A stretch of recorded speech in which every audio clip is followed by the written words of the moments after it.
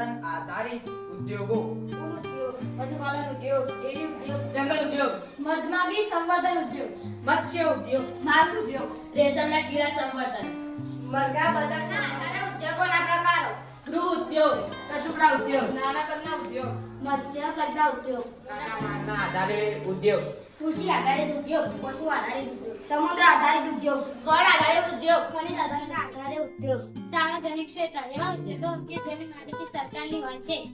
ખાનગી ક્ષેત્ર માલિકીના આધારે વ્યક્તિ અથવા વ્યક્તિના સમૂહ દ્વારા ચલાવવામાં આવે છે. ઉદાહરણ તરીકે ડિસ્કો અથવા રિલાયન્સ.